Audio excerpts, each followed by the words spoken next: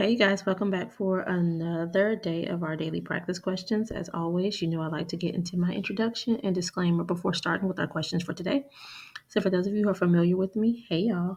For those of you who are new here, welcome, welcome, welcome. I am Dr. Brittany Weinstock. I am a family nurse practitioner and the founder and CEO of the Nursing Studio. I provide resources, tools, courses, videos, and more to assist nurses as well as nurse practitioners with success on boards as well as in practice. I've been doing this since 2015, assisting nurses and nurse practitioners internationally with exam success.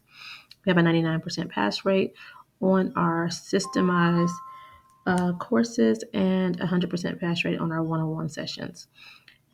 As always, I like to talk about my disclaimer, reminding you guys there's no absolute medicines. We treat on a patient by patient basis, but anything that I am putting in a question format is designed based on the guidelines that are currently being tested on the ANCC as well as AAMP. If I'm talking about or teaching anything on the current practice guidelines that we utilize, I will say that so that there is no confusion. So with that being said, let's get into question number 1 for today. Question number 1 states, an African American patient presents to the office today for follow-up. He has a history of hypertension and is currently taking chlorothalidone daily. His blood pressure remains above goal today, and the nurse practitioner is looking to add to his treatment regimen. What would be the best treatment option at this time? Is it A, lisinopril, B, amlodipine, C, valsartan, or D, HCTZ? Take a moment to tell me what you got in the comments.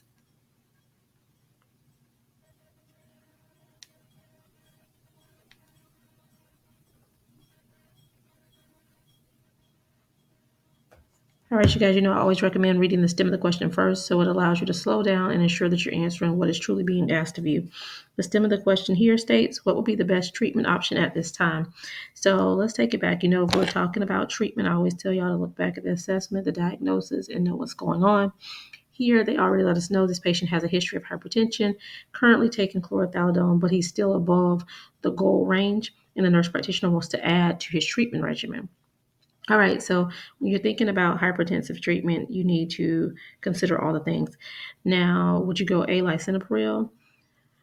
I wouldn't add that in because I don't see any history of diabetes, any kidney issues, anything like that. So I would go ahead and eliminate lisinopril and C valsartan because, sartan, know your endings, is an ARB. Pril is an ACE inhibitor, so we really don't need those, but you can eliminate those, but hold them in the back of your mind until you broke through. Would you go B, amlodipine? Yes, amlodipine is the best answer.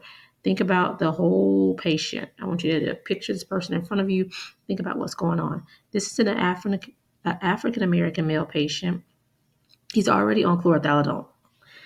Only history they're stating is hypertension. Chlorothalidone is a thiazide. That's our first line therapy, right?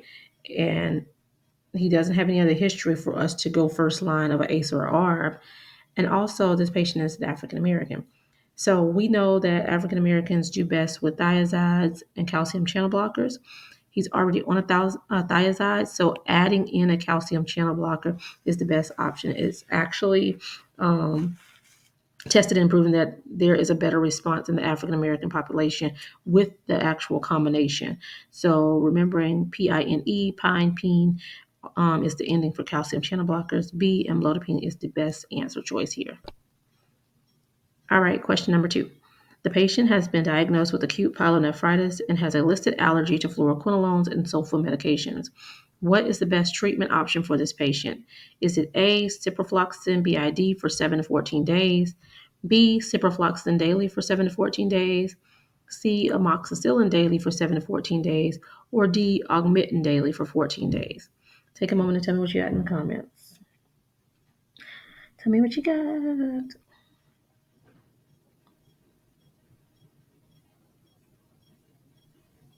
All right, you guys, I recommend reading that stem of the question. So our stem here states, what is the best treatment option for this patient? Same thing here. We're talking treatment, so you need to know the diagnosis and the assessment, right? So here, they've been diagnosed with acute pyelonephritis. And when you're doing your assessment and all of your information on your patient, it's listed that the patient has an allergy to fluoroquinolones and sulfa medications. So first you need to think, okay, how do we treat acute pyelonephritis? We know we typically treat with Cipro and augmentin, right? Those are the common treatments for that. Well, Okay, Cipro is an option on A and B, but do we do it twice a day or daily? All right, you're thinking that, but slow yourself down. They have an allergy to fluoroquinolones. Fluoxetine, those are fluoroquinolones, right? So you can eliminate A and B. So your best answer is D, augmentin daily for 14 days.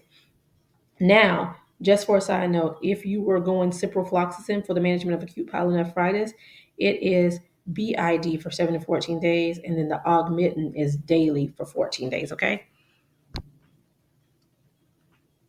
All right, and question number 3 for today. The patient has been diagnosed with iron deficiency anemia, and the nurse practitioner is planning treatment options.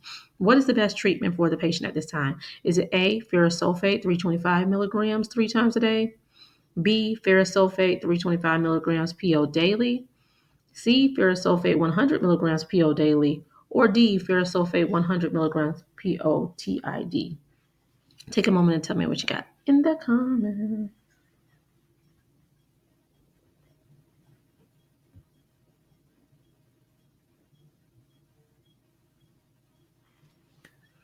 All right, so here we're doing treatment again. So we need to take it back, and it tells us the diagnosis is iron deficiency anemia.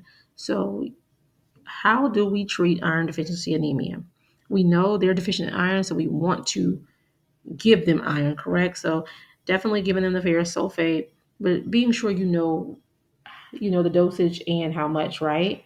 So, your best answer here is A, ferrous sulfate 325 milligrams PO 3 times a day. Yes, that is the initial recommendations. We give ferrous sulfate 325 milligrams TID for anywhere from 3 to 6 months. So I always say think about the threes with your iron deficiency anemia. IDA is 3 letters, IDA for iron deficiency anemia, 3 letters.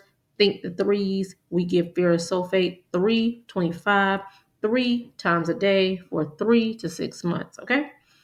All right, you guys. I hope you found this helpful. As always, be sure to like, comment, and subscribe and share with whomever you may think may find this beneficial as well. But make sure you meet me back here. We have been pushing through our daily practice questions, and y'all are doing great. I'm loving the feedback. I'm loving the progress. Keep with it, you guys. If you need any of our resources, our ebook or our paperback book, the link to access those are in the bio on the channel. Ebook gives you instant access once you purchase. Um, Also, we have online self-paced review course that is broken down by systems with quizzes associated with each system. You can listen to it as many times as you like. That's an option as well. Or our one-on-one sessions. Where we can either do those sessions for a particular weakness you may have to help you work through those areas from being a weakness or making it to a strength, right? Or if you need the custom package, which is the most common, as we design it based off of your current needs and we work to make you go from unsuccessful to successful. We have 100% pass rate on this. But you guys, just let us know. Some reviewers just don't know which direction to take. So that's why I always recommend just shooting us an email at thenursingstudio1@gmail.com or giving us a call at 803-400-6864.